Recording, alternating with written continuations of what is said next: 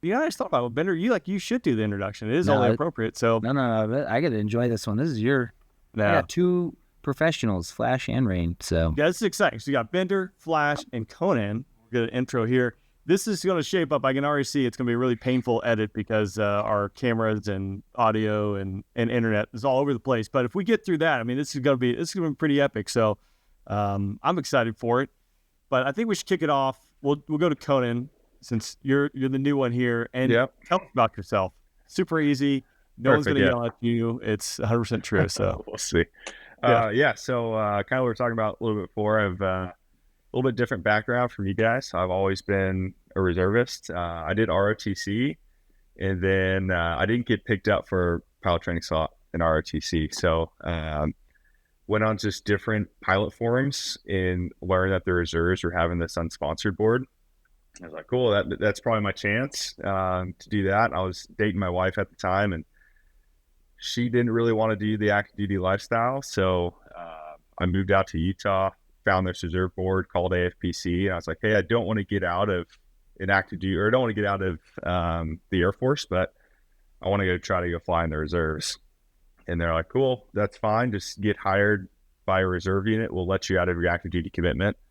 And, you can go apply. So I was up here in Utah, so moved out here after school into Arizona State, and then put in my pilot training application. I was in the Snakes as a snacko, just waiting to get picked up, and ended up getting picked up on this unsponsored board in the reserves, which is one of the first times they've done that in about 10 years. And that was about 2015 timeframe.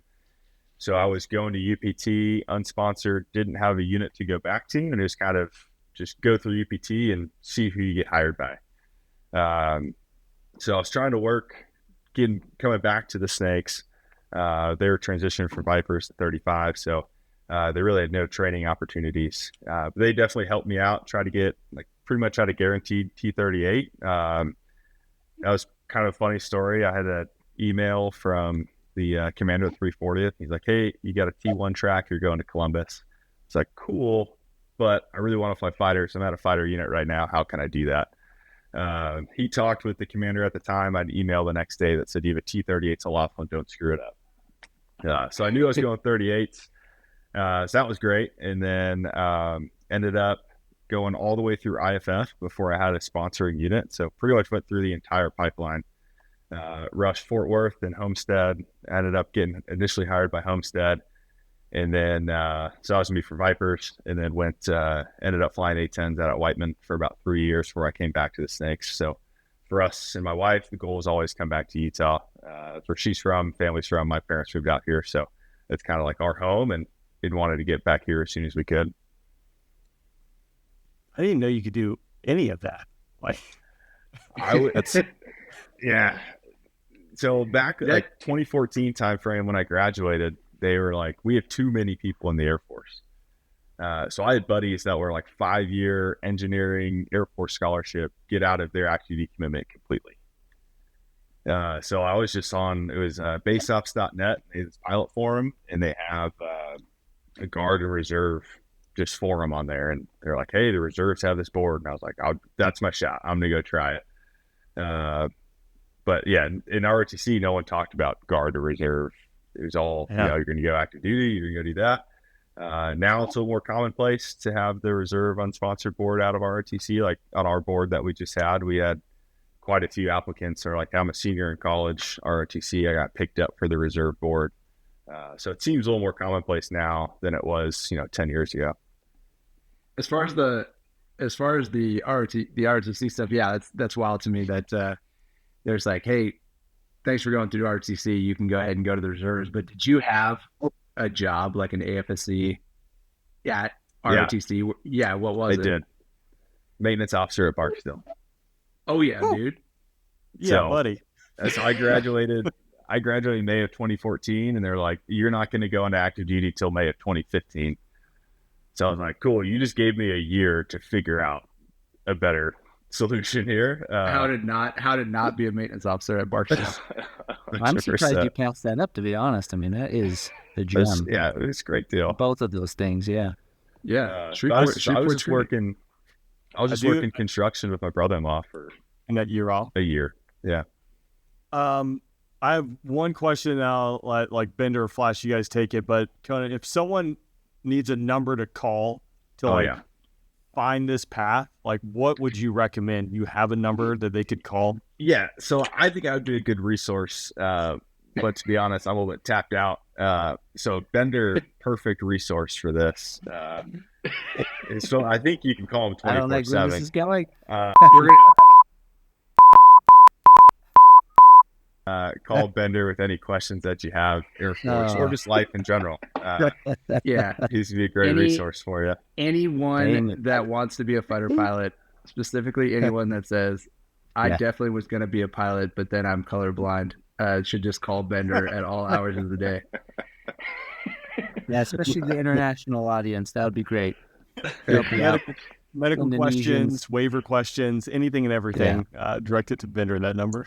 That's right. 100%. That's right. And, that's absolutely his number, by the way. Yeah. A little bit of payback from the last bro chat. Yeah. Rain, that is the only time in the history of bro chats where Rain has actually edited something we told him to edit. So that is true. You always say I'm going to edit it out. I never edit it out, but I did when I thought about it. I was like, I probably should edit his phone number out. So I did bleep it. I really appreciate that, by the way. Patch it together, you know. That was the one where I think in the seed chats, like, was it Vandal Rain that took a bathroom break and then it was full in the episode. Like it was either Vandal or Sunny. But anyway, I was like, edit that out.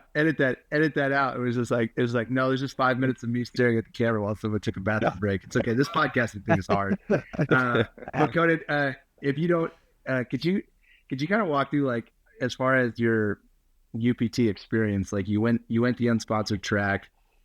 Everyone there is, as far as like the guys that are kind of on active duty, are there, they don't necessarily know what their track is. They are competing for a spot. Like they're going to go, at the time they still had the helicopter track, which I think is just like a totally different thing now. If you have more essay on that, but you're going to go through, compete with the dudes and dudettes, go the T1 track, go the T38 track, go the C-130 track, go the helicopter track. And they're all kind of working towards that. But like you're sitting there, it's just like, I'm going the T-38 track, but at the end of this, they're not going to give me an airplane. Like they're not going to give me a job unless I specifically go out and work for it and get hired. So what was like kind of the effort and weight of effort split from you just preparing for individual sorties and going out and finding yourself a unit and a job? Yeah. So at least, I don't know, I kind of treated it as if I was just like one of the active duty dudes. Like I treated like I didn't have a spot, a guaranteed spot. Yeah. And I know we asked the question, our interview board was like, you know, you're going to go TPT with a guaranteed fighter. You know, like kind of paint a little bit of a target on your back. Like you didn't earn it. You're not here for, you know, you're not going to compete the same way we're going to compete. I didn't try to like go into it like, cool, I know I'm going to go 38s. I don't know where I'm going to go after. It's not even a guaranteed I'm going to get a fighter, even if I go through 38s and do well. So I just kind of treat it as if I was just one of the bros in the class, and just try to, you know, prepare the same way they prepared, help them out as much as I can. Definitely like the cooperate to graduate type mindset. But just knowing I was going 38s, you know, definitely takes a little bit of that pressure off, but you still have to perform. You still be know, top 50%, still have to earn it. It's not just necessarily I could slack off and be terrible and I'm still going to get that spot. So still got to perform. But I just kind of treat it as if I'm just one of the bros in the class and I had nothing special. There was definitely, you know, a couple guys in the class that had that mindset initially of like, cool, you don't have to do anything. You're going 38s and I'm over here competing. And then you just kind of show them like you're there to help out. You're there to prep. You're there to study. You're going to perform and kind of show why you got that spot to begin with. And then were you calling were you calling units from the flight room, or doing any rush things on the weekends or anything like that? A little bit. I didn't go. So now, and they had it when I went through as well, but they have a liaison. Every like student squadron, the STUS will have a liaison that's reaching out on your behalf. So they're emailing units saying, hey, we've got this guy. He's doing well. These are his scores. This is where he ranks in his class. Are you interested in picking him up? I was told to stop reaching out to units because I had the liaison to do that for me. But I was like, 100% no. Like, no one cares about my future more than myself. So, I was told to cool it on reaching out to places, even though I still did. But I still had the contacts back at Hill, and they were helping me out a lot as well. Either telling me timeline, if it's going to be possible to come back here or not. And then the wing commander at the time at Hill, my dad and him were buddies, T-38 IPs together. So he was kind of in the background, also helping me out, knowing I want to get back to Hill. So he was reaching out to like Ad-Air T-38s, a couple different fighter units in the reserves to like get my name out there. So that obviously helped a lot. But yeah, other than that, it was the liaison that was pretty much doing most of the coordination. And then me just kind of cold calling units and telling them where I was at.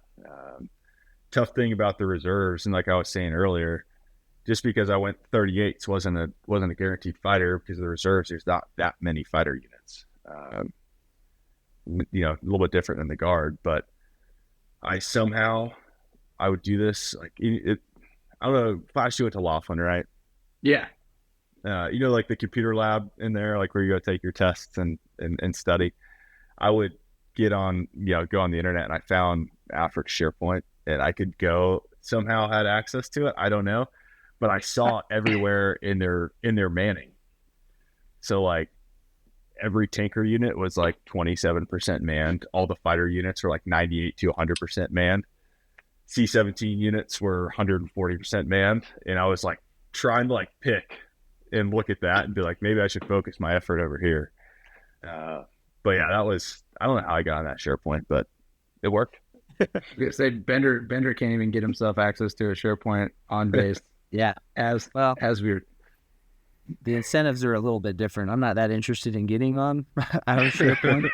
So, but I am impressed. Like, we're kind of talking about it quickly, but like the amount of effort that you did have to put in from like day one to do all this stuff is like, I don't know. It's hard to like actually tell people how much that actually required of you, and also like how probably disappointing, or at least, like it didn't resolve itself ever, right? Like in a couple of days, it was like right months and years of like reattacking the same question over and over and over and over.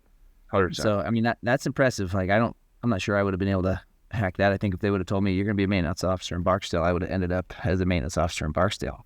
So good on you, but people should take it away. Like, you got to find a way, They're supposed to note any question that you ask them every time. Yeah. And that's a big thing I told a lot of the kids rushing. I call them kids. I guess I'm old now. But that's what I told a lot of them rushing, was that, like, a lot of people, my dad taught me this lesson early on. Like, he was 20 years active duty, flew A-10s. Obviously he helped me a ton, but it taught me a valuable lesson early on that a lot of people are just going to say no, either because they don't know the answer, don't want to look it up, or they don't want to do the work.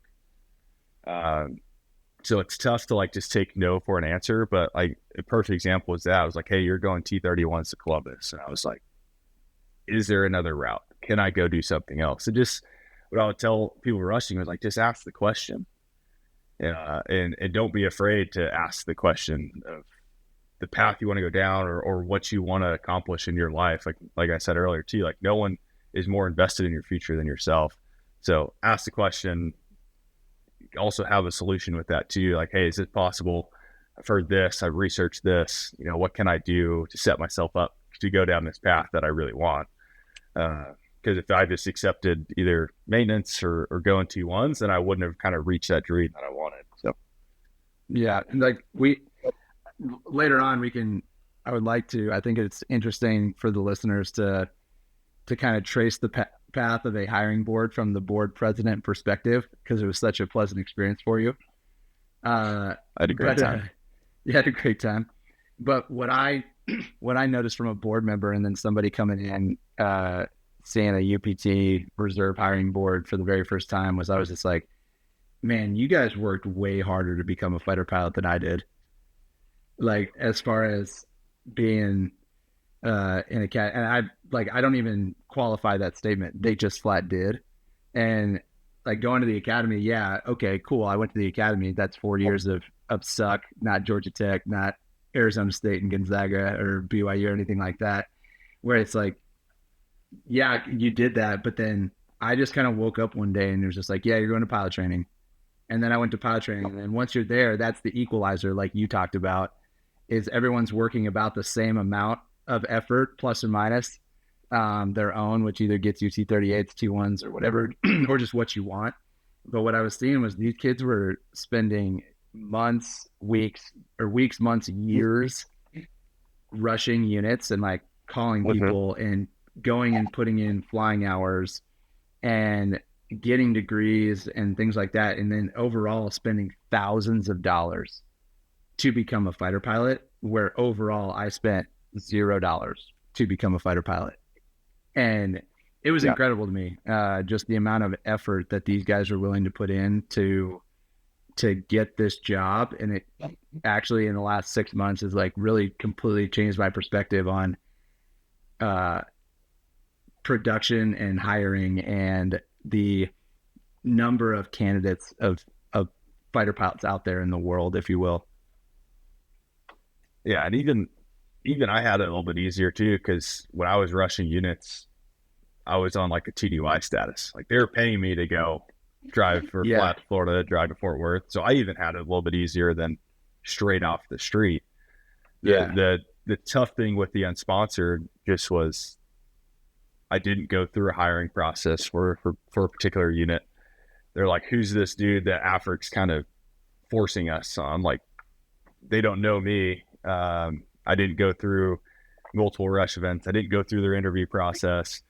And, the reserve guard units, they want to, be able to vet you, meet you multiple times, get an idea of who you are. And then here's Afric going, this guy's doing well, you should take him, but they don't know me. They don't know that person. So, that was probably the most challenging part for my rushing experience, is no one's just going to say yes immediately. Like you still need to go out there and rush. But like I said, I was TDY, Air Force paying for it, which was nice. But you look at a lot of these guys that we met have been on the circuit doing this for years, flying out all over the country, and then, buying a bottle for the bar every single time. Draining and expensive. And like the dudes that came out to visit, I'd be like, you can visit multiple times if you want, but don't feel like you have to. If we got to meet you and you spend a good weekend here, like, don't feel like you need to keep coming out here and spending your hard-earned money to do it and take off time from work or flying or whatever else to do. And because it's a big ask for those guys as well. Is it looked at differently, like when you guys are sitting on the board, if you have like an unaffiliated, so guy or gal who's going through ROTC versus someone straight off the street, like, is there a different allocation for slots? Like someone who's straight off the street has to go to OTS, like once you hire them, they're not coming from ROTC, not commissioned as an officer. Like, is that looked at differently? I mean, or does it matter? Is it different slots, different pools of money? We looked at it. I built, we had a guy who ran the hiring board before me. He built this matrix, just like scoring matrix. And I kind of used that to score all the applications. And one of them that we put in there was like, are you already commissioned? Are you an officer? Are you enlisted? Do you already have some type of clearance?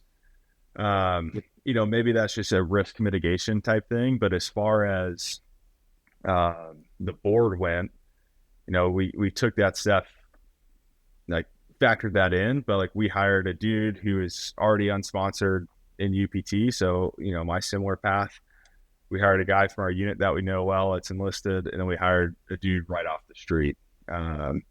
So something that we talked about and thought about, but didn't necessarily go into like a determining factor.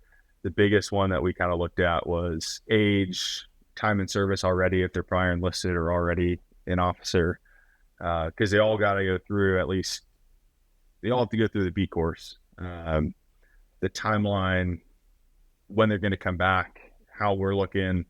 Do we need more young dudes? Do we have the bandwidth to do MQTs and upgrades for those guys? Was really kind of the biggest contributing factor for like what we picked for like timeline, time and service type stuff. But then looking at the unsponsored guys, like, yeah, we're probably going to get him a little bit sooner. Does that work out for us? He's doing well. He doesn't have to go through. He's, already has his flying class 1 done. A little bit less risk there. So I think that kind of goes into some units decisions to how much risk they want to take. If it's all off the street, they still got to go get a clearance, do flying class 1 at right pat, all that stuff. So it kind of, depending on what the unit wants is at that time, is kind of what the decision turns into. Yeah, being on the board, I will say like okay, this person has to go to OTS, like we have to send this person to OTS, become an officer, or this person is already an officer. I was happy to see that money was never a discussion. We actually never discussed it. We're like, do we have the money? Well, it'll save the Air Force money to have this person, to choose this person over this person, because we don't have to send them to OTS. I was happy to see that. And what I got afterwards was just like, the money is already allocated to take someone off the street to fighter pilot.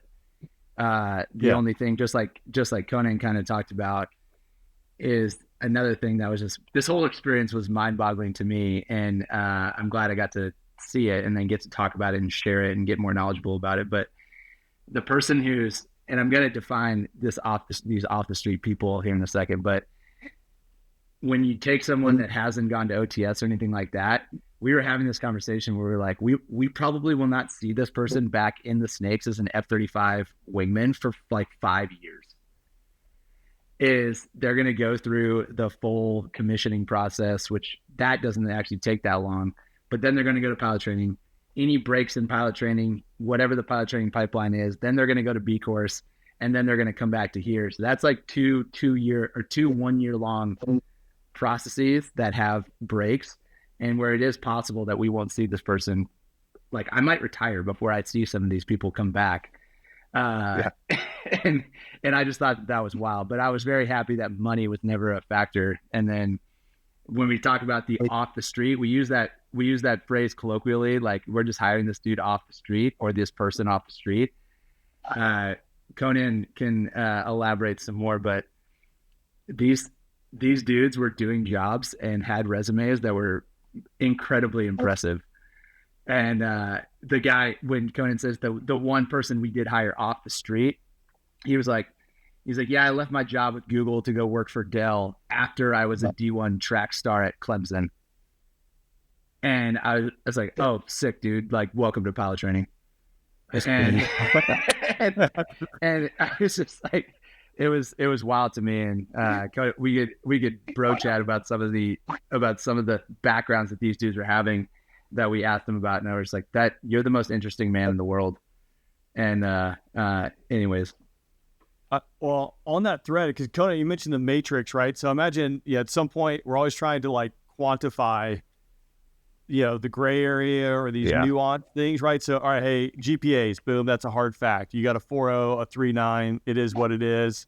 Like, there's just some things that aren't going to change. So I imagine like that gets, all right, boom, that's part of the matrix. But it's all the other things like, yeah, dude, I worked for Google, Dell, I ran a team of 100 people, I was a D1 athlete. Like, that's like the gray, the nuance, the subjective piece. How do you guys, how do you look at it? How do you score it? How do you quantify that to pick a person? So this was not scientific whatsoever. But reading through the resumes, like I would go through them. I had a couple other dudes help me, but we had over 400 apps to kind of go through. And I'd read through them. It's like GPA, AFOQT, pilot score, Pixum score. Do they do college athletics, high school athletics? Community service was one of them in there. And then there's probably a couple other ones that I'm not remembering, but my last one was the favorite one, and that was just board president score. Completely subjective, how I felt in the moment. Did I go fly? Did I have a terrible debrief? Am I pissed off? Timing's everything. But it was like highly interested, curious, thanks but no thanks type deal. And it was all just like a thumbs up or like a thumbs down as I'm reading these things. But that's where it kind of came in for the subjective score, was like, on paper, or do you seem interesting? Do you have a really cool background? Could you bring something to the squadron that we don't have already? And then from there, it's like, cool, can you come out and meet us? Can you come out and visit and rush? Is kind of what I use that for. But I definitely tried to pick some of the more interesting backgrounds, stuff that showed, challenges or something difficult that they've been through, whether that's a little bit of personal life, if they're sharing that in a cover letter or not, but job wise, and just trying to see, like, you're really just making a quick decision of like, cool, do I think this person's got it or not? Are they worth asking them to fly out here and meet them? But yeah, that part's all subjective. And then we kind of had a cutoff score as far as how many of you guys are sitting on the board, and how much time are you looking at each resume? Because that, I'm thinking PRS, right? We got like 2 minutes to look at something. Is that what you guys are kind of doing too? Yeah, for the board, I think we had like 6 people on the boards for the interview process. But as far as picking out who we're going to interview and just who we're going to invite out, like, that was me and a couple other dudes, a random Thursday afternoon, just looking through these maybe 5 minutes at a time. I would say every unit's going to do it differently. But for me, like, the biggest things that I looked at was reading their cover letter and then trying to get a feel for who that person is on paper, looking at their test scores, and then looking at the letters of rec, seeing if there's names that we recognize.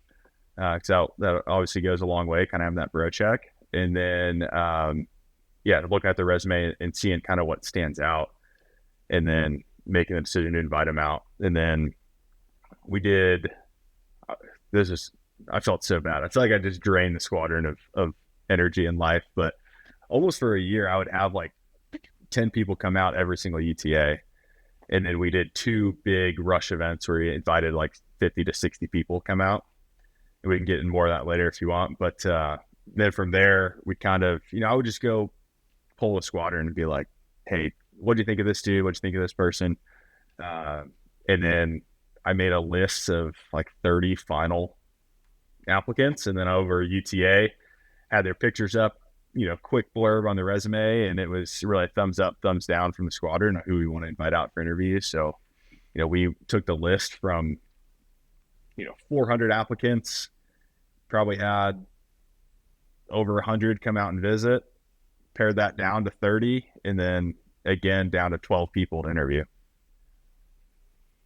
Rain, we had a guy who all of us like wanted to hire. Like, you got these 3 jobs for 460 some applicants or whatever, but we had a guy that didn't get hired, that left the British Army and renounced his United Kingdom citizenship to become an American fighter pilot. And I came over and was just like, I became an American citizen. I renounced my UK citizenship. We asked him, like, can you get it back? He's like, yeah, I can get it back. It's not like America. Like, once you renounce your citizenship, you're done. He's just like, I could get it back if I wanted, but I just kind of like this and all this different stuff. It was a wild time to be alive, like, as far as the meeting these folks. But yeah, that was just a quick funny blurb that I found interesting again. That's dedication. Yeah, I remember Conan reading through all these things, and he would. So I don't want like people to like super stress out, but everything that you put on that piece of paper like matters. Your picture matters, like how you take it. We didn't like make fun of too many people, but if there were sentences in your yes, we did. That was a lie. Sorry, it is fun, a bunch of fighter pilots like trying to hire people, so it's not probably as professional as it could have been.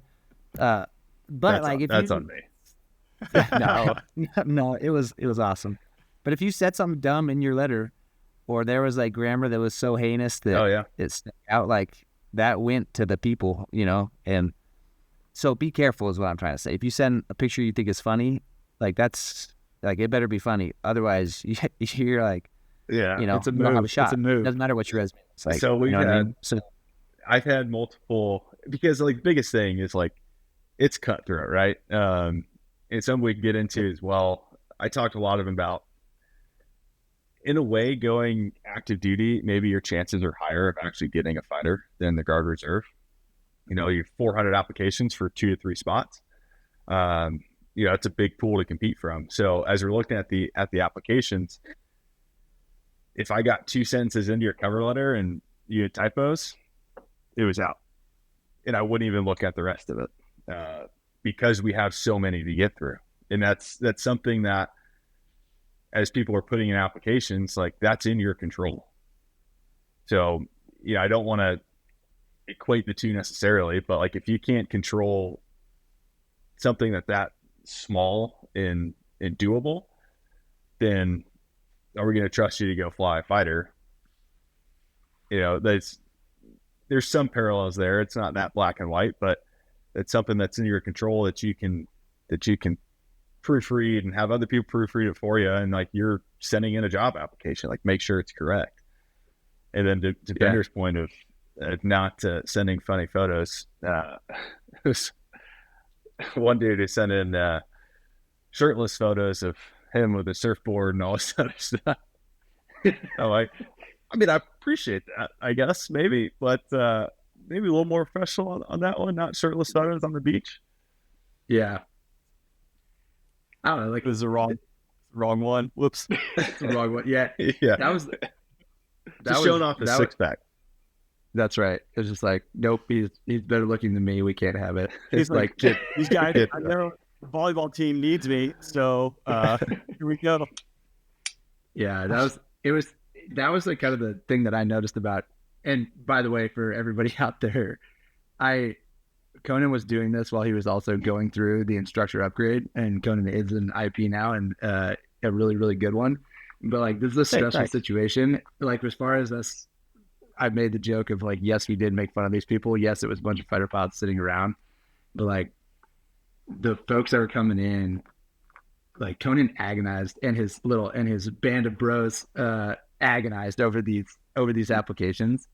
And because I think, coming from your background, Conan, I'll let you answer this question. I won't try to get inside your brain or kind of share the conversation that we had. But like, when you were looking at these, whenever you put someone in the no column, did you ever happen to think like, hey, someone might have put me in the no column 11 years ago? And like, what was that like? Like, literally, like moving someone like on paper and just being like, this person just put in their cover letter with a bunch of typos that their dream is to be a fighter pilot, and me personally, I'm sliding them. I have no idea how what this equates to in pop culture, but like, swipe them left. But like, so like when you were going ahead and moving them to the no column, did you think about that at all, or like, what were your thoughts on doing that and having that power, if you will? Yeah, I mean, it wasn't fun. Like, these are, even like, these are people's, for a lot of them, like, lifelong dream wanting to do this. So having to kind of, in a way, be the one to be like, no, you're not for us. I mean, it happened to me. Fort Worth for me is like, I went and rushed there, and I was pretty much told by the commander, is just like, I think you should go look elsewhere. And face to face kind of sucked, but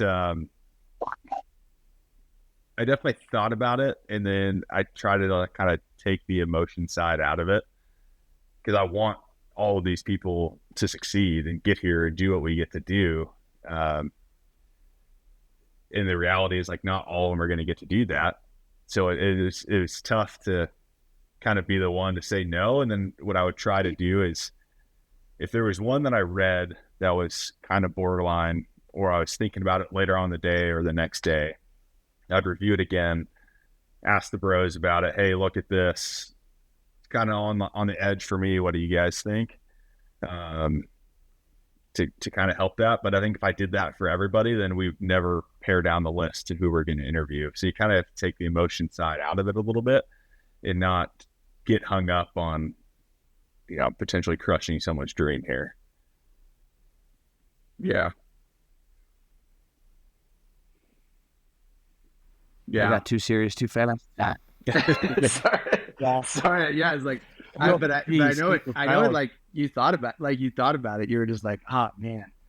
It's like, did you ever bring someone back from the dead from the no pile? Well, we kind of did for one of the dudes we hired. Elaborate. Yeah, so, there's more there. Yeah, one of the dudes that we picked up on our board, he was one of the unsponsored guys. Hopefully he listens to this and he can put it together. But in our list of our final 30 and who we were deciding, like, he didn't make the cut. And he was, first alternate in a way. But yeah, like we picked our 12 that we're going to interview, and he wasn't within that top 12 just based off of us talking about it as a squadron. And then about a week before the interview, one of the guys that was in the top 12 is like, he was already hired by somewhere else. He's able to get some dates. So he's like, hey, I'm going to take that. I'm not going to interview with you guys. Totally fine. No hard feelings from us. So I called the kid and I'm like, hey man, board's next week, but if you can make it out here, we'd love to interview you. And then he ended up getting one of the spots. So that was probably no pile to success story there. But how did he come back from that? Like, I mean, what was it? So the paper resume cover letter obviously didn't inspire you enough. I mean, it got him whittled down to like in the top group, which 100%. That pool is huge. But is that just like the interview? Is that hanging out in the squadron and just like more or less guys getting the vibe, so to speak, of exactly? Yeah. So I think for his situation, he came out pretty early on because he was going to go in process with the 340th, who own pretty much all the reserve training out at Randolph. So he came out on an early UTA, and it's also tough on UTAs, like who's there, who's not. Did you get to talk to everybody? And then he came out on a random weekend before he's going to Texas to go in process, and maybe only met a couple other dudes, and then now he's in the pipeline, can't come visit. So it was just, you were looking at him and they're like, yep, everyone in the squadron talked to these dudes, they're all good, let's interview him. And for him, it was like, yeah, I kind of remember meeting him, but it was so long ago, I don't really remember the conversations we had. It seems like a good dude, but I've talked to the other 12 more and got a better vibe on who they are. So, yeah. This is a silly question, but I get this. I'm sure you guys get it, like from guys and gals who like want to rush or show up to units, but like we say, hey, just go hang out at the unit, like go on a drill weekend. Like, how do you actually make that happen? And then let's say you do get to hang out on a drill weekend or go hang out at a unit. What are some tips, recommendations that you have? Like, what do you do with your hands? I'm like, you go stand at the bar. What do you do? Like, how do you not be an awkward person? An awkward turtle. Yeah. There's no, you can't do anything. It's terrible. Whether it is a UPT board or a rated board that we have more often, it's awkward in general. Like, there's no way around it. So we had Bullseye, who's in our squadron for a little bit. He was similar path to me, unsponsored, but he helped me out a lot as far as he rushed, like he did the circuit off the street before he got a reserve unsponsored spot. So he was used to I'm going to go to a random unit and just hang out on the weekend more than I was. So he made it a point to kind of tell me and help me make the weekends an event for everybody as much as we can. We're pretty busy on the UTAs, but we would try to give a capes brief or something like that. We'll go look at the eighth gear in the locker room. We'll go look at a jet. So they're not just sitting in the bar doing nothing all day, which it does turn into that. Like when we're busy, we got meetings, we're flying, whatever. It does turn into that a little bit. But I try to tell everyone is at least go have a conversation with everybody that enters the bar. Towards the end of having everyone out on the UTAs, I think the snakes probably just avoided the bar for a long time. Like, I'm not going to go in there right now. I can't handle that. Which is difficult for me to do. Yeah. So the place where you kind of want to live, though, after thinking about this a lot, is like, you don't necessarily want to be the name that everybody knows. And then you don't want to be the dude that nobody knows. So you kind of want to find, it's difficult, but you want to find the middle ground of, like, if I talk to Bender and I'm like, hey man, did you meet this dude? And he's like, I don't recognize the name. And I rattle off what he did on his resume. And Bender's like, oh yeah, that dude was awesome. Like, that's where you kind of want to live. Where it's like, if I can throw out a couple things of what you've done and the squadron remembers who you are, like, I think that's perfect. Yeah. But as far as like advice on how to do that, I don't know. That's good. I'll just say good luck, everyone. There you go. Yeah. It's kind of throughout the process, but we met a lot of people, and the insane part is like Conan knew every single one of them. Like he knew them all, and like he could pick them out. Like, yeah, he did a great job. I'll keep saying it throughout this, but like what I equated it to was, okay, let's just go ahead and say pick a job. We're just going to go with Target for now because I used to work at Target. But I was like, let's say you want to work at Target and you just walk into the break room. Like, I don't know how you got in there. Everyone's just like, hey, how'd you get on base? How'd you get into our building? And it's like, just walk into the break room and just look around at people that are just hanging out and just be like, hi, I would like to work here, and tell me how that goes. And that's kind of and now you do that inside of a fighter squadron where no one actually wants you there. And it's just kind of an interesting thing where like, that was a joke. We absolutely do want you there. We sat down and chatted with people, but it was because you told some group of people that we don't want any of them. That we could tell that story later. We could broach at that one. I think, but I'm sure Bender said some hilarious things to people too. But yeah, so it's like it is an awkward thing, and the people that can overcome that to the degree that Conan was talking about, to where it was just like, oh yeah, that guy was interesting and fun to talk to. Like, it was not a conversation I wanted to immediately get away from, nor was it a conversation that I didn't care enough to have. And I know that sounds very callous and cold, but it's just like, yeah, you're walking into a place of business and asking them to give you time that you just like showed up at in their break room, and it gets to be an interesting thing. But that's what you got to do. I think there's a skill that probably rushing multiple places and just being able to kind of read a room, and like know, and it's difficult, but like know kind of like when to insert yourself into a conversation. Like you could picture it. You got a group of dudes all talking, and then someone makes a joke and they walk in just laughing louder than everybody else, and like, cool, now I'm here. I'm part of this conversation now. But like what I try to tell everyone is like, just be yourself. Don't try to act a certain way to fit in. Don't say things or just ask questions to ask a question to hear yourself talk. If you know the answer, but you just want to sound like the smartest dude in the room, that can definitely rub some people the wrong way. So like, just being yourself.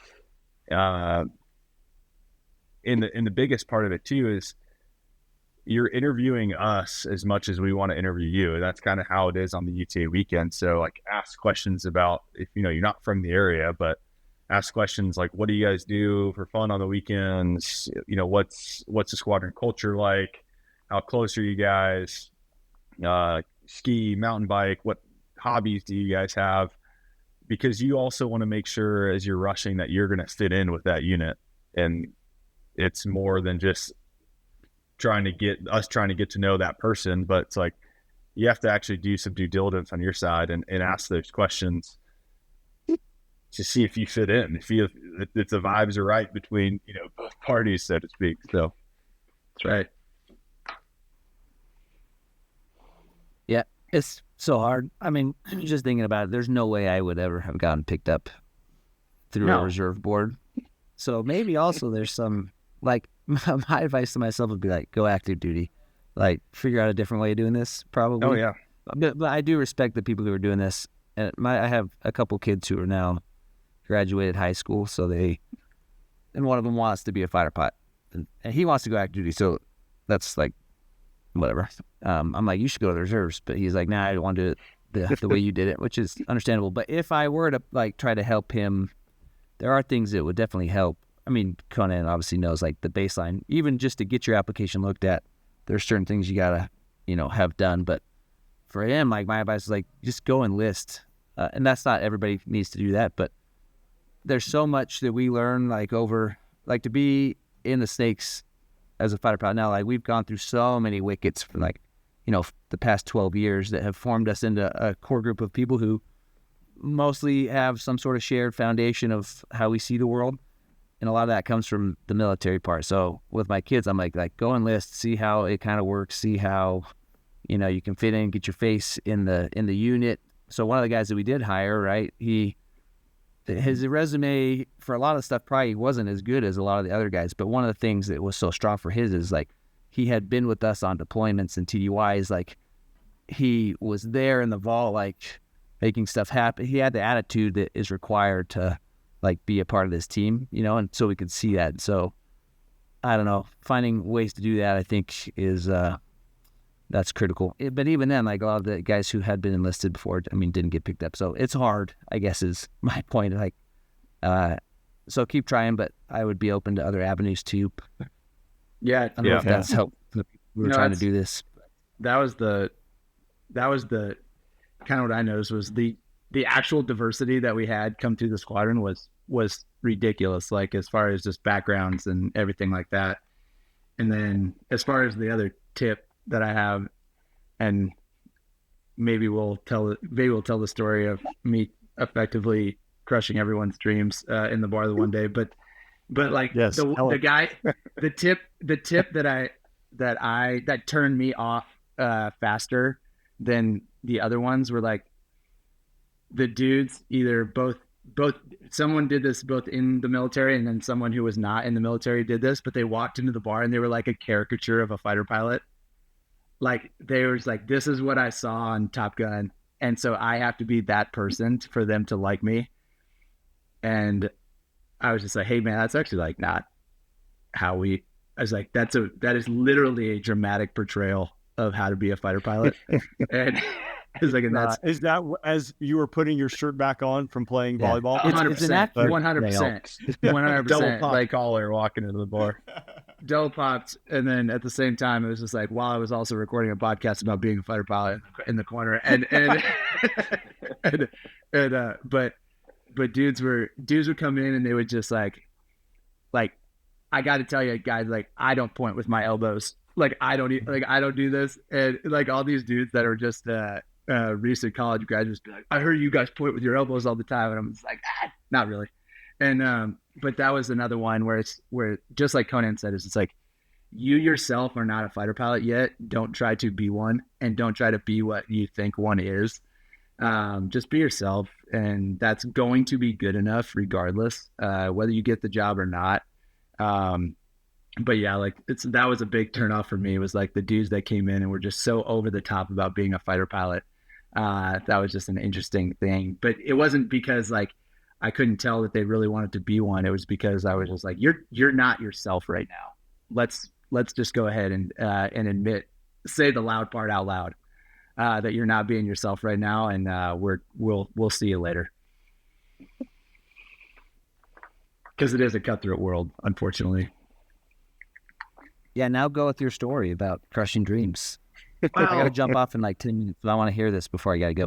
Well, one of these big rush weekends, and Conan can talk more about it, was just like you'd have these guys, and yeah, for about 6 UTAs in a row, you'd have like 40 people in the bar, and that's just a lot of people. And so I would be going in, like dudes would be going in. Conan had his team, and he'd be like, hey, can we get like 2 or 3 dudes in the bar from this time to this time? That's perfect. But a lot of it was just like, you'd go in the bar, you'd get locked in a conversation, then you'd get kind of stuck there, which is totally fine. Like we are here to meet these people. And I also understood how important it was, but I had like 8, 10, 12 rushies like around me. And then as I started talking, some of the things I was saying, like the other group of rushies like started turning their heads towards like what I was saying. And the question was, like, what do you want out of us? Like, what are you looking for in us becoming a fighter pilot? And like, what do you want from us? And my answer, just like right off the top, was, I don't. I was just like, I don't want any of you. I don't want this to be happening right now. And in the group, I had a group around me. Flash had a group around him, and I'm talking whatever, answering questions. And my group just goes, "What?" And all this now Flash had like 30 people surrounding him to hear the rest of this conversation.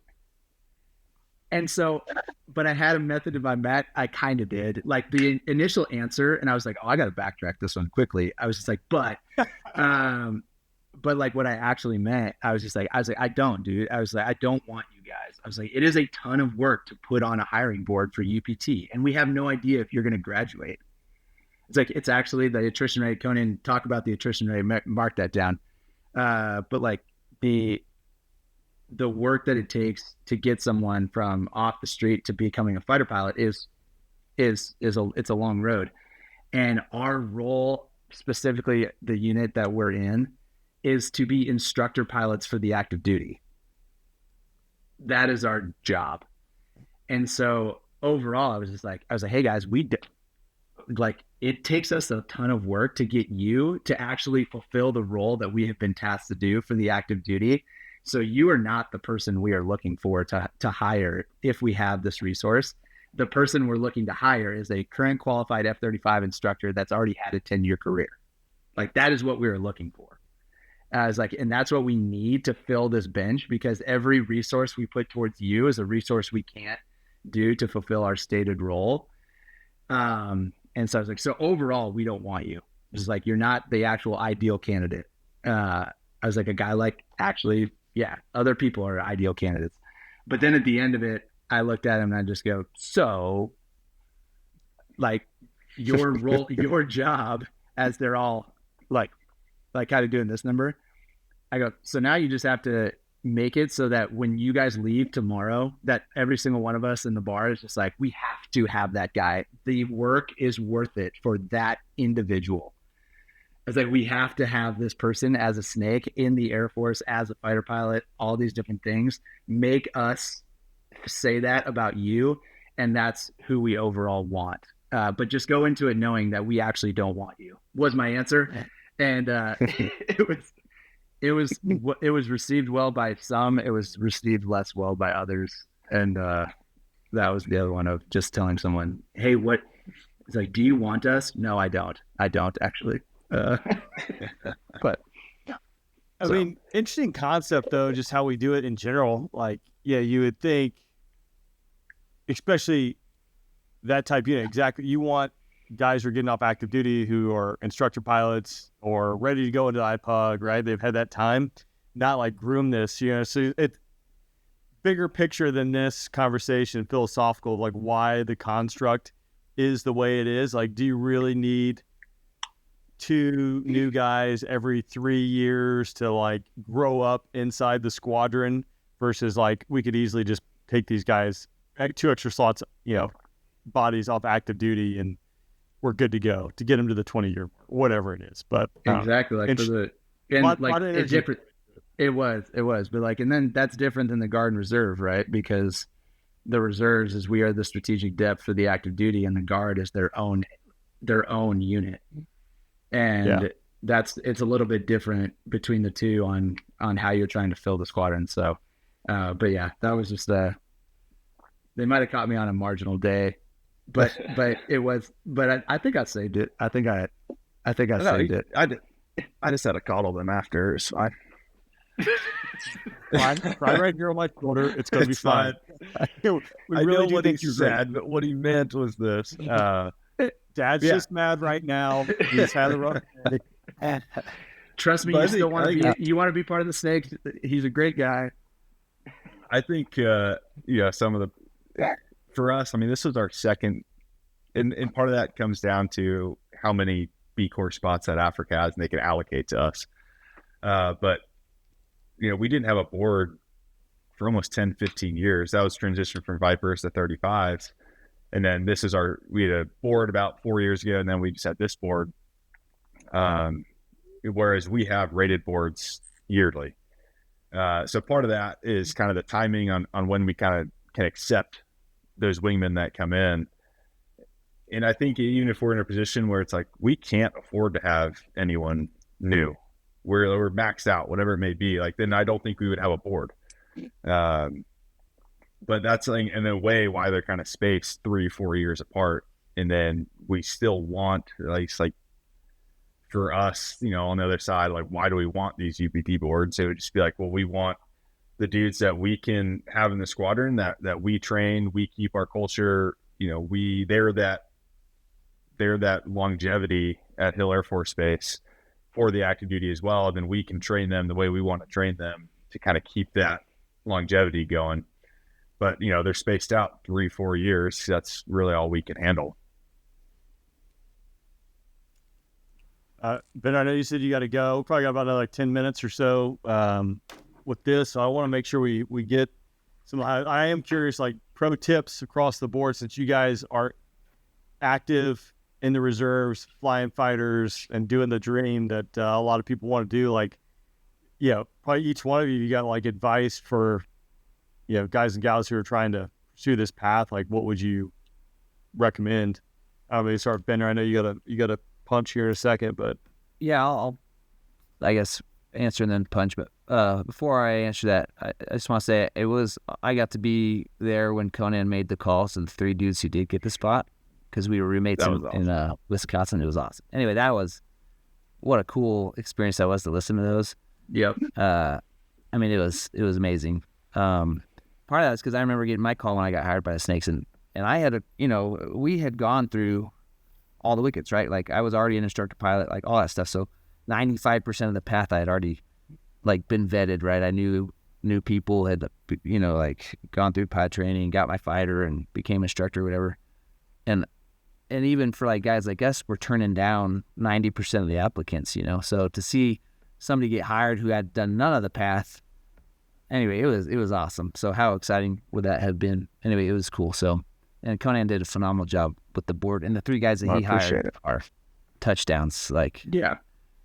Barring anything that happens in the future, like if they are listening, like, anyway, don't screw it up. I don't know. Don't suck.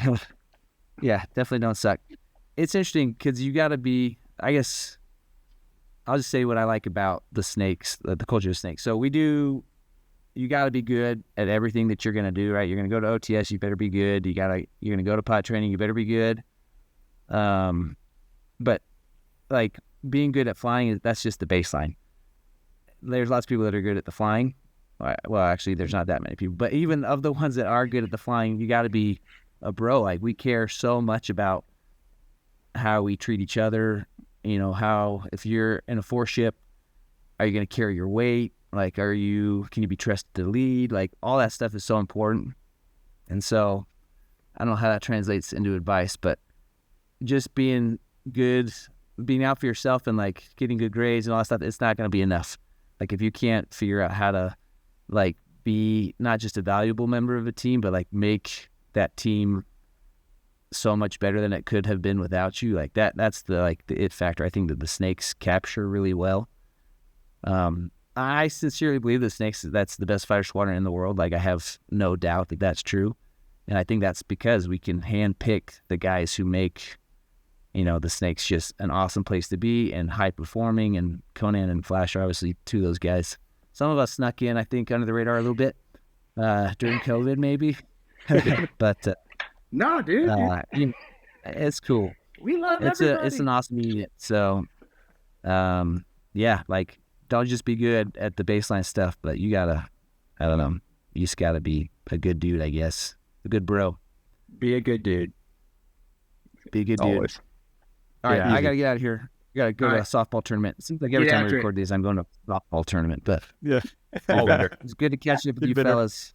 Hey, We'll good see you catch up. later. See you better. Yes, Yeah, sir. Yes. Yeah, now the awkward moment of Bender just still being on there with his kids before You're he still on actually camera, Bender. Yeah. still on camera. Don't do that. You're still here. You're live. That I want like Conan to kind of talk about like the rest of it, because like I said, he lived it for so long. But the advice that I have is make the last person tell you no. That's these dudes that was what just kept jumping out at me over the entire process was they put in so much effort, and I appreciated it so much. And funny story aside about We Don't Want You, I was just like, these were the people I did want. I was like, that they were just like, even if you were the number 460th application out of 460, it's just like, you are doing something that, like, again, not a lot of people do, and we appreciated them, and they were doing it. And I was just like, hey, there will come a time when the last person with the most authority is going to say the word no. Go find that person, because just like Conan talked about, he put someone in the no pile. That sucks. But Conan is not the person that's going to just be like, you can never become a fighter pilot. Like, the next unit might put you in the yes pile, and you might go into going and doing this different thing. Is until you have exhausted your own will to have the job that you want, become a fighter pilot, if that is in fact the case. But that's what we're talking about specifically. Make sure that you exhausted all units. Make sure that you have cold called the wing commander, if that's your game. Conan Nepo baby, knowing the wing commander at joking. Hey, it helps. But it helps. It did help. It helps. It's like, just like, yeah, your connections. And that was as far as if you could write something in a little notebook, it's make the last person tell you no. And then until that has happened, just keep trying. Because then, just like Bender said, that phone call is a cool phone call. And you're going to get, it's like, hey, all the effort that I put in, the trips, the money, the no's, the you're not good enough. It makes it, at least what the guys have told me, makes it worth it, because, and then from me to them and all the people out there that are applying and doing this, is know for certain that regardless of like what my career has or where my career has taken me, you are working harder than me to do this job. I was like, I got lucky, and the path I chose was different. But these guys are putting in a different path and probably more effort, and I recognize that, and a lot of us do. Yeah, I think it did help my dad do the wing commander, 100%. But he taught me. now. I mean, yeah, it is what it is, right? But I mean, he did teach me. I probably got into the Air Force Academy because I had 3 people who went there too. It's whatever. He taught me another extremely valuable lesson, and that was, I didn't know. I mean, I was a snacko in the snakes, and I'm like, cool. Like, how do I get hired? How do I get a job? How do I do this? And at the time, he was really only guy I knew. So I'd call him, or he'd ask me how things are going, just sit in his office, whatever. And I'm like, yeah, like how can I get a job? And he's like, I can't guarantee you anything. I can give you this opportunity, and that's all I can give you. And then from there, it's up to you to make that opportunity into something. I kind of took that, all stages of training and kind of life in general, is if you're handed the opportunity, no one can necessarily give you a guarantee. Even the guys that we hired, all we gave them was an opportunity. Now it's up to them to take that opportunity and do the best that they can do with it. And that's really all you can get. So that's kind of a good lesson learned. I learned early on, kind of going through the process. But as far as advice goes to other people rushing, trying to get hired by a guard reserve unit. And we touched on it a little bit earlier, but control the things you can control. So whether that's no typos in your cover letter, include all the documents that they want you to include. I can't tell you how many people I said, give me all these documents, put it in one PDF file, and I would get 12 separate documents. So it's like control the things you can control and follow the instructions for the job posting. Like it's any place you're interviewing or trying to apply at, you're going to put your best effort forward. And it's no different than, some big civilian corporation or whatever company you're trying to get hired by. Like that's the first step and the first things that get noticed is making sure those things are correct. And then other advice, I touched on it too, but get to know us and interview us as much as we want to get to know you and interview the person rushing, because you need to make sure that you fit in with the culture, that you get along with everybody, that you can see yourself living in our case in Utah for 20 years, if that's what you want to do. So definitely take the time, go explore the area, go try different places and get a feel for, is this a place I could see myself for 20 years? And then, I think other, piece of advice is it's draining, especially when people are on the circuit for a while. So take a good hard look at what the goals are and what your goals are. Is that fighters or bust? Is that I just want to fly in the Air Force? Do I only want to be in the Guard Reserve? It maybe set some timelines for you. I'm going to give 3 years to trying to get a fighter unit. But my ultimate goal is to fly in the Air Force. So then you can kind of open up that aperture and wide net to all their Guard Reserve units, whether it's tankers or C-17s, whatever it may be. So have a good, clear defined ultimate goal of what you want. And then I think I told a lot of people too, is don't be afraid to look at the active duty. I've had, a lot of people's cover letters are, I wanted to be a fighter pilot my whole life. This is all I want to do, but they're only applying to Guard Reserve units. And it's like, well, then it kind of sounds like, to me at least, that your only goal is to be a fighter pilot in the Guard Reserve, which is okay.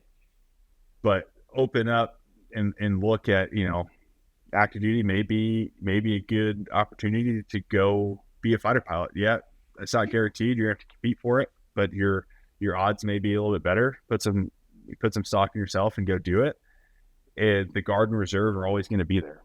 So whether you get hired at right out the gate and you're going to Guard Reserve unit, or you wait 10 years, but that opportunity is going to be there. And from talking a lot with Flash and Bender and most of our squadron are guys who did 10 years, 12 years in active duty and then are now in the reserves. Like that's a lifestyle or memories and other stuff I'm never going to have as being a baby reservist. I've never been a lieutenant in an active duty fighter squadron in Korea. And that's probably some of the best memories that dudes have. Just being a punk in Korea, being a Viper wingman. And that's, in a way, something you give up by going Guard Reserve route. You're in a squadron that's mostly majors, lieutenant colonels, been there, done that. The LPA corps of lieutenants is probably not as strong. And that's experiences you may miss out on if you only look at Guard Reserve. So it's definitely an option for people. So don't just kind of stovepipe yourself into one route. I have to do it this way. There's a lot of other ways to get there, like Academy for Flash, ROTC, reserves for me. There's a lot of other ways to get the things that you want to do. So don't just kind of pigeonhole yourself into one path. This is the only way to do it. And kind of exhaust all those options. So, yep. So yeah, all good stuff. I think we probably got to do another one of these because there's still there's so much we could dig into. Oh yeah, I think this is a great first swing of the bat, just to get some inside baseball on process and how it works. And there's so much. So I appreciate it. What are we missing? What do we need to cap this off with? You think any salient points that need to be said before we part ways? I think I personally think it's just I still don't know how someone just decides to join the Air Force. Like from someone who is just like on this, like off the street, is just like, I don't understand that. And I've been in the Air Force for 16 years, 20 if you count my academy time. And where it was just like, the only reason I joined the Air Force, I've said on previous podcasts, but like I joined the Air Force to play football. But like the real reason is because I knew the Air Force Academy existed. And that's what I wanted to do. But like for a guy that's currently working at Dell, it's like, what phone number does he pick up the phone and call first? I still don't know. I actually don't know. People have asked me that question.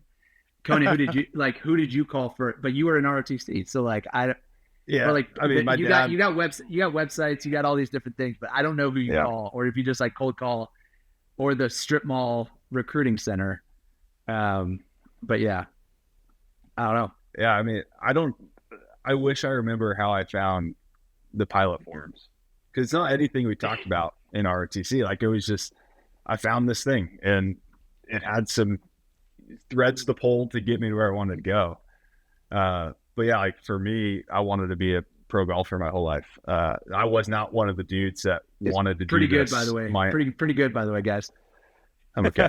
I was not one of the dudes that wanted to be in the Air Force since I was a kid. I saw my dad do it on active duty. I always had that thought in the back of my mind, as far as if I don't give golf a shot, then I'd want to go do this. I saw my dad do it. It was awesome.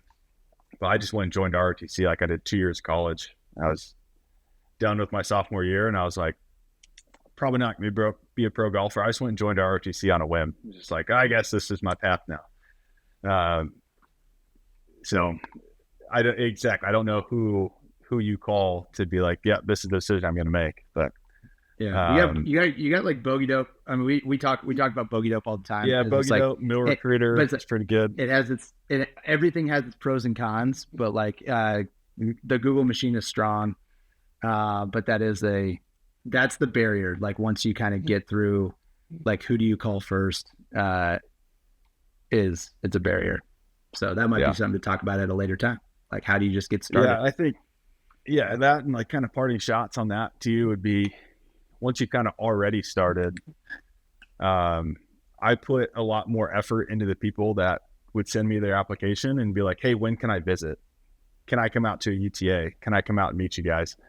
So kind of putting that foot forward and be like, cool, yeah, like you're excited to come out and meet us, then I'm more excited to come out and meet you, not just that here's my app, thanks for the consideration. That goes a long way too, as far as like once you're kind of already in the process. But yeah, a lot of subtle nuances there. Yeah, I mean, again, like Bogey Dope, I think is a great resource. Just like the job board alone, right? Like you can see who's hiring, like versus like I can't imagine back in the day trying to figure out then, all the other services like kind of the coaching, figure out what to do. But dude, the internet's a great thing. And what advice do you have, Rain, for your, like, as far as being a fighter? You've seen a lot of guys at the air shows and talked to all. Like, what do you got? I think we're all kind of similar, right? Like you have to. There's different paths. Like one, I think the big thing is like never just take no for an answer. There's usually always another path, another way to do it and crack it. So if you really want something, like you'll figure out a way to do it. Like if you really want it, like I think that should be like innate. And because if you don't really have that drive, like you're not going to push, you're not going to ask another question around it. You guys hammered that home. And then like the nuance, I'm curious, now, like if I was to do it over again, like I'm grateful for my active duty time. Like I would more or less do that again, right? There's always there's pros and cons, right? Like it was a really good experience. It got me to where I am today, and I'm very grateful for that. But looking back, like many different ways to skin the cat. Like if in every situation is different. Like if you're looking to pay for school, like maybe enlisting in a unit, like dude, if you enlisted in a guard or reserve unit, I would say get some skill set, like working on avionics that translates into the civilian world that later on down the road, you can turn into a side hustle or a fallback. Like if you are going to go be a fighter pilot or a cargo pilot and work in the airlines, well, at some point you're going to get furloughed or things are going to slow down, but turns out you got a side hobby installing avionics and panels. Like, I don't know, there's so many different ways. And if I look back on it, like, dude, I was just blinders on, ROTC. I showed up to Georgia Tech and I was gonna be a civil engineer. I'm like, what do I need to do to be a pilot? And you're like, you need a good GPA. Like, well, I didn't enjoy Calc 1 in high school. I'm probably not gonna enjoy it at Tech through like Calc 3 or whatever. So I did international affairs. Like, I literally was like, what did you do? He's like, I was an international affairs major. Like, I'm sure someone does some value with that major. But dude, if I got hit in the eye with a rock, like, I would be a starving artist somewhere, right? And I'm terrible at art. Like, I had no backup plan. I had no plan B, so only plan A was going to work, which maybe there's some benefit into that in itself because everything was focused on this one objective of being a pilot in the Air Force. But again, maybe it's not really well thought out in the big scheme of things, because if that plan didn't come about, like, I would be like Conan, like, like, while I wait to go on active duty, I'm going to like try and rush and find different ways to become a pilot. Or, again, medically DQ'd that I can't overcome. So there's different ways, and I'll tap some of this because you guys have hit so many good points. Your network. I don't know how you guys feel. Like, the older I get, and it's kind of cliche, but it's the people you know, it's the network you build, and you rely upon those relationships. And again, now, like, with some time of underneath my belt, like, I will bump into someone that I haven't seen from 15 years prior from, maybe it was ROTC, maybe it was in a squadron, but you have that relationship and you have that good rapport. Like, in this world, we all understand, like, dude, I might not talk to Flash for 7 years, but one day out of the blue, he calls me and needs a favor, talks to someone, like, I'm going to do that, right? Like, that's the world we grow up in, and that's what we foster. So, dude, it starts when these guys and gals are rushing units. Like, the people you're hanging out with in civilian clothes in the bar, like, maybe you two get hired together and are going to be on this path exactly together. Yeah, and that's it's so important. Those relationships are important. And like, the case in point is, like, one of the guys that we didn't hire that was an incredible applicant, and like, when it didn't make the cut isn't even the right phrase to say, but then that person now met me, and then they texted me and they said, hey, I'm going to insert guard base here. I won't say it on the internet, but it's like, insert guard base here. And his question was, it was not like, hey, can you tell the bros I'm coming? Yeah. It was just like, what should I know about the unit and all this different stuff? And I was like, you should know that it is closest to this airport, and here's the pin to the bar. And then what I actually did was then I put send on that, and I texted my buddy, and I was like, this dude is coming to your unit, and he should go to the top of the list. I was like, you should absolutely hire this guy. I was like, if you have a recommendation, you should absolutely hire this guy. And it was because of that network. Like, he didn't know me 3 months ago. And do I have sway in that squadron? Yeah. Probably not, but it was a network, and that's how it works out. So I agree with that. So bro checks go a long way. Like, letters of rec are great, but if I can reach out to a unit that you're going to, I'm like, hey, I know this guy. And at least if I have a good relationship with them, or if they don't like me, maybe it just goes straight into the trash. I don't know. But that definitely goes a long way, is having a bro check in that network. I'd be curious to get your guys' take. Obviously, I've never sat on a hiring board or whatever, but again, I'll get people to ask me this, and like, hey, I got, I got 3 generals retired generals to give me letters of recommendation. I said, hey, look, I've never sat on a hiring board. My perspective, like, that's probably, hey, noted, like, from like, all right, he has some kind of vetting, like, integrity, but like, we've all kind of been there. Not to downplay the value of a general officer's letter of recommendation, but kind of know that unless that person knew you for the last 20 years, like, the value in that and like how much it mean, versus you had an 05 and 04 who are also fighter pilots in other squadrons that these guys and gals know and have worked with on active duty or the reserves or whatever it might be. That weight of that person's voice carries more weight and perspective, because it's like, if I called Flash, I'm like, hey man, I got this guy who is applying to our unit. Like, yeah, sure, he might have 4 general officer recommendations, but I really care about Flash's opinion because Flash was 100%. there with him in the squadron, or so it's Oh like, yeah, that's Yeah, I 100% agree with that. that's a great point and this is why we need another swing at the bat. I won't belabor the situation, but like you have get the rank before the name is not necessarily important. We had some of that, and we looked at it, we was like, oh dude, this guy had like the former chief of staff wrote him a letter of recommendation, and we were like, oh, okay, that sounds fantastic. But then we had other guys that it was just like, I handed this like the squadron snacko job to this guy when he was enlisted, and he crushed it. And you're just like, Yeah. you're like, oh, so I like this guy better. That's what we're hiring for anyway. So we need a snack up. I was like, job experience. I love that. So, Yeah. anyways, we can talk about that at another time. But I'm out. I got it. Conan, you did an incredible job on the hiring board. This guy is a I great appreciate it. resource. We'll actually put his phone number in the comments instead of Bender's, so that you can go ahead and call him. So, anyways, Please no. awesome, guys, I appreciate it. Yeah, well, thanks, Ryan. Love it. I appreciate you having me on here. It's awesome. Absolutely. Cheers. All right, see ya.